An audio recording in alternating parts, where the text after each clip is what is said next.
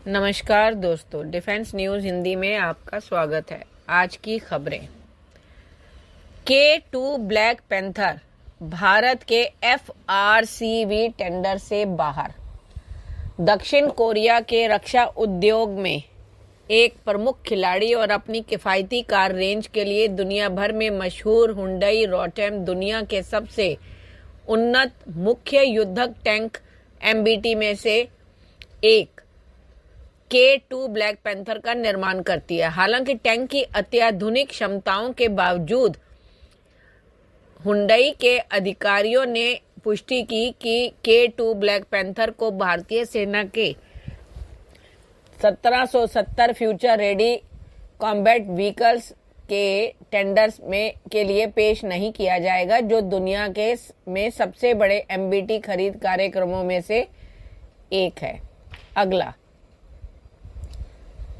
AASM hammer के संयुक्त विकास का प्रस्ताव।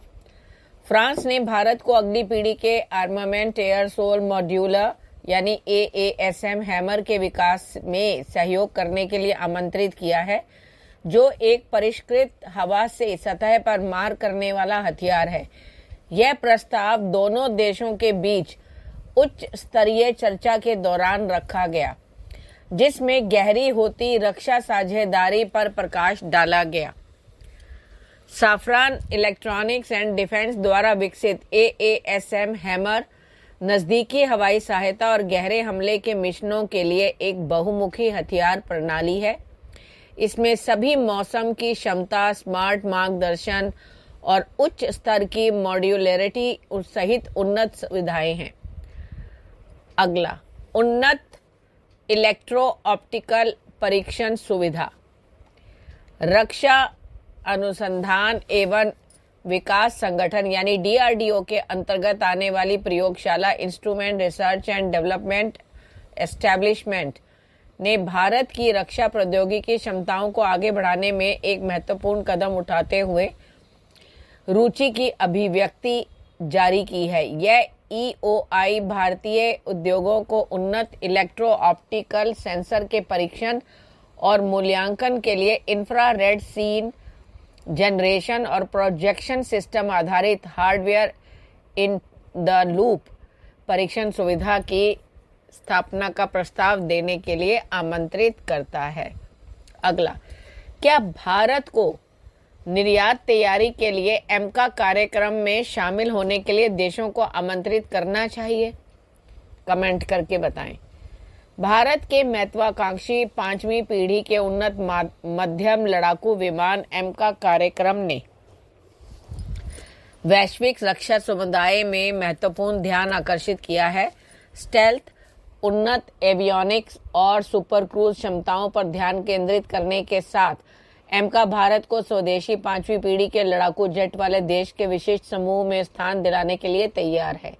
हालांकि जब भारत इस अगली पीढ़ी के विमान के विकास में भारी निवेश कर रहा है, तो सवाल उठता है कि क्या भारत को दक्षिण कोरिया के KF-21 और तुर्की के कान लड़ाकू कार्यक्रमों द्वारा निर्धारित उदाहरणों का अनुसरण करते हुए एमका कार्यक्रम में शामिल होने के लिए अन्य देशों के लिए दरवाजे खोलने चाहिए?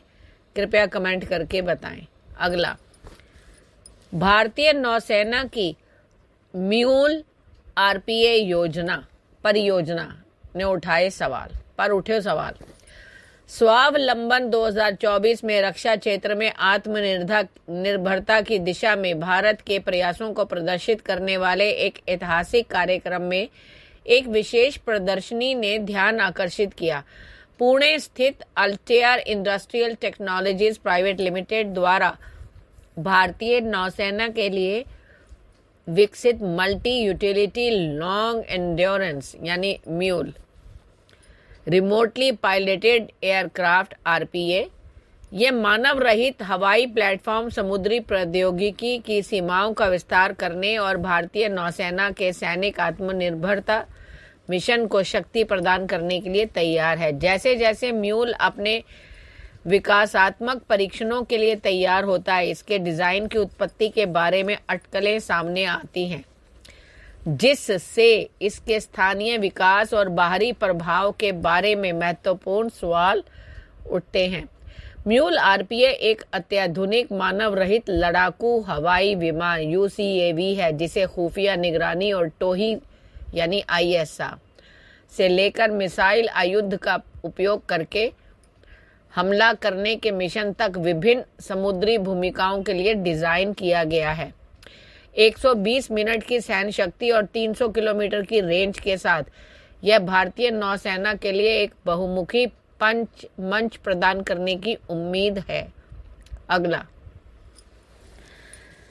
तेजस Mk-1A को पहली बार सेल्फ प्रोटेक्शन जैमिंग पॉड और एस्ट्रा MKI BVR मिसाइलों के साथ देखा गया। भारत के हल्के लड़ाकू LCA तेजस Mk-1A को हाल ही में पहली बार सेल्फ प्रोटेक्शन जैमिंग पॉड से लैस देखा गया। इसके अलावा इसमें BVR रेंज की यानी बियॉन्ड विजुअल रेंज मिसाइलों की एक जोड़ी भी है। यह विकास तेजस Mk-1A की रक्षात्मक और आक्रामक क्षमताओं में से एक महत्वपूर्ण वृद्धि को दर्शाता है, क्योंकि यह भारतीय वायुसेना के साथ तैनाती के लिए तैयार है। इन प्रणालियों का एकीकरण आधुनिक हवाई युद्ध की मांगों को पूरा करने के लिए भारत के घरेलू लड़ाकू कार्यक्रम के चल रहे आधुनिकीकरण को दर्शाता है। अगला, पहली बार double lane portable steel bridge तैयार।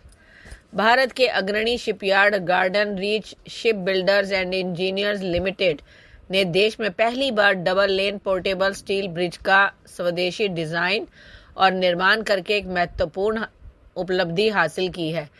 7.5 मीटर चौड़े विशाल कैरिजवे वाले इस पुल को बॉर्डर रोड्स ऑर्गेनाइजेशन यानी BRO की आपूर्ति की गई है, जो भारत के सीमावर्ती क्षेत्रों में बुनियादी ढांचे के विकास के लिए जिम्मेदार एक प्रतिष्ठित सरकारी एजेंसी है। धन्यवाद।